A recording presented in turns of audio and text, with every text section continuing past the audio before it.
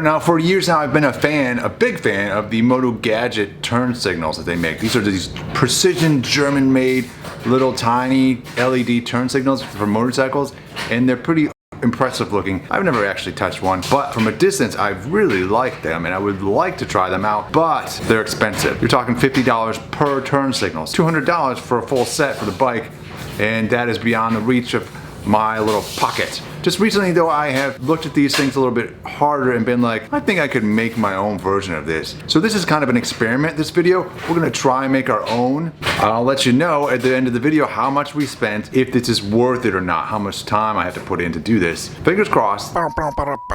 Embarking on this journey, we have several items I have curated for this experiment.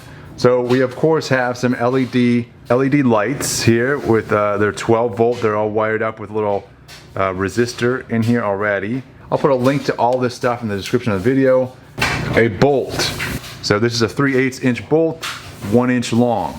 And then the other meat of it is this epoxy. Trying this out, I never used this stuff before. Maker epoxy.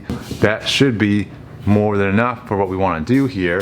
And then we also have other details to make this thing work. If you look closely at the Motogadget turn signal, you'll see that it has like a little reflector in it. Motogadget one has it tilted, so there's actually a direction. When you're turning the Motogadget mirror, there's actually a directional thing where it points, most of the light shines out one side there. So to accomplish that, we've got this mirror, which I'm gonna angle. I'm gonna create my angle with this, a piece of aluminum rod. This is a 1/2 inch aluminum rod. And I'm going to cut this at about 30 degrees. I'm gonna try that. And then to fill in some of the gaps and stuff, RTV, ultra copper, sensor safe, so electronic safe, which is supposed to be able to use RTV in general on electronics. First, we're gonna drill a hole in this guy that will allow our wires to go through. And we're gonna come back through and increase the size of the hole up near the top here to fit our actual diode on the end here, the LED diode. All right, so we're gonna take our bolt here and stick it into this lathe behind us.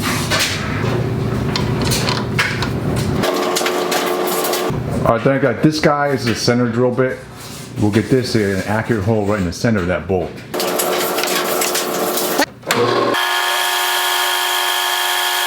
Now I'm going to switch bits here to a regular drill bit.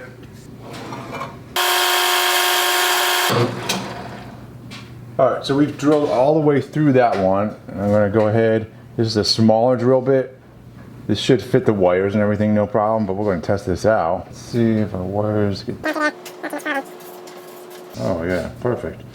Alright, so the LED fits all the way down in there. But now I want to recess that diode down into the head of this bolt a bit. So I'm going to swap out to a bigger drill bit here.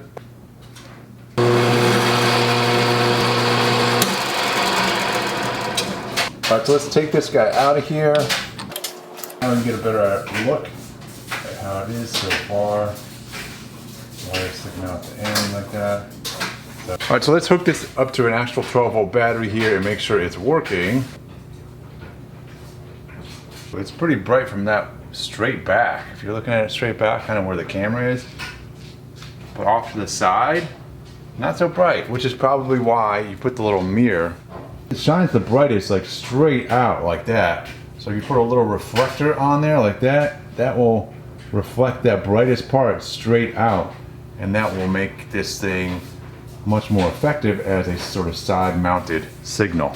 So next I got some brake cleaner here. I'm going to go ahead, we used some oil and whatnot when we were drilling this out, so I'm going to go ahead, take this apart, spray this with brake cleaner, get all that oil and out of there, clean on the inside of this, and then we're going to put this back together and put some RTV in there on the end where the wires are down here.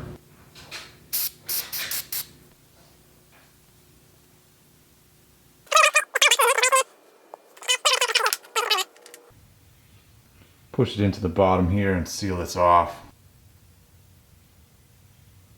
Alright, so at this point, our little RTV on the bottom is pretty dry. It's been a day. It's been a day since we did that. So that's looking good there.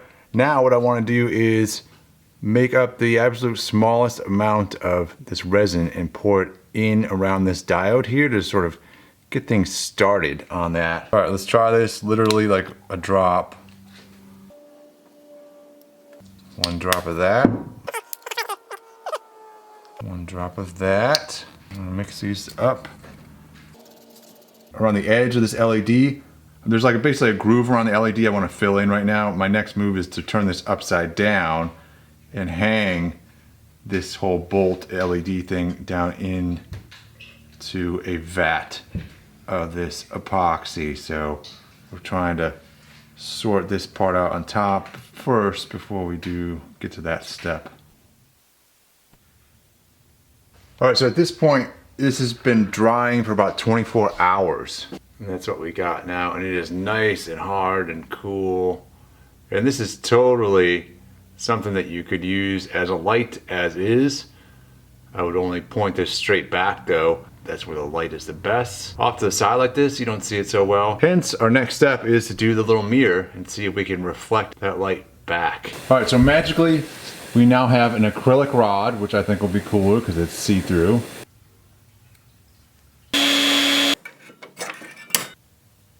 All right, so after a lot of playing around, the best idea I've come up with is this PVC cap for a mold to pour the epoxy in and set everything in.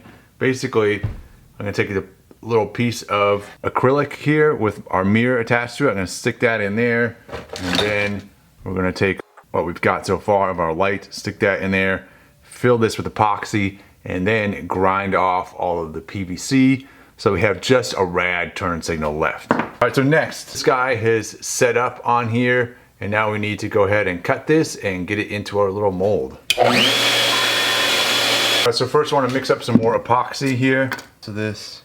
Go ahead and mix it up. All right, now the big moment, I'm gonna go ahead and pour this stuff into our mold.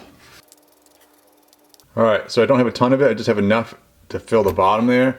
And my idea is I'm gonna go ahead and stick this guy in here and get it positioned where I want it in here.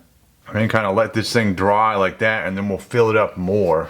Because this will allow me to sort of set this at an angle on its side or whatever, not so it's not just straight up and down, tilt it over like that, so that this thing will fall to the wall there the way I want it, solidify, and then we can pour the rest of the stuff in there and fill in the gaps, put our bolt in there with all our lights and all that stuff.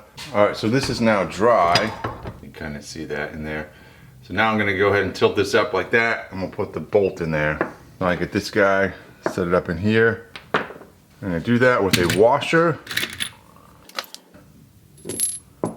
and a nut. And that should allow me to set this thing in there just like so. And then I could adjust it and allow the bolt to go down a little bit further.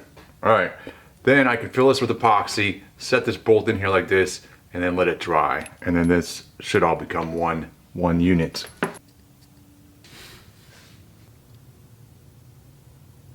All right, now I want to set my little bolt down in there, and I expect it to spill over on the sides.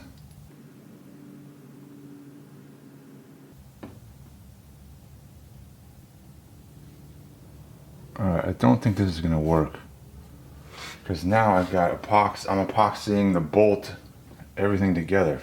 All right, so I've cleaned our bolt here off with some acetone, and this guy I'm gonna pour out some of this, get it off of here. Too much in here. I'm gonna go ahead and clean off the edges and the top. What I need is for this to submerge in up to the hex part here, but not up to the thread part there. Try this again. All right, I think that will work. Make sure this is centered in here as best I can, and then I'm gonna set this aside, let it dry. Look at this.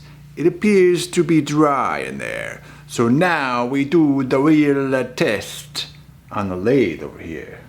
All right, let's see if this nut will come off.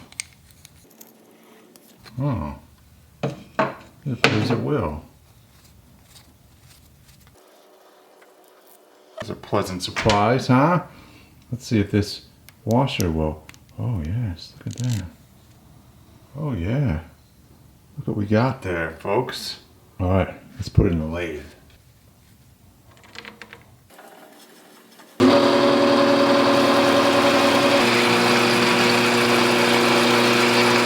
All right, so here we are so far. All right, so now it's time to get the file on here and start smoothing this thing down a little bit more. Then we'll get some sandpaper, etc., finer and finer until basically start polishing this thing up and seeing if we can get it so it's visible through there. It's very frosty at the moment.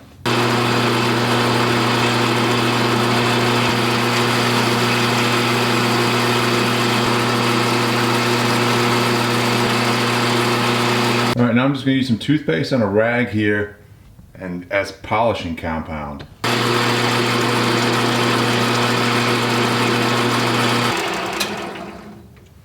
That helps.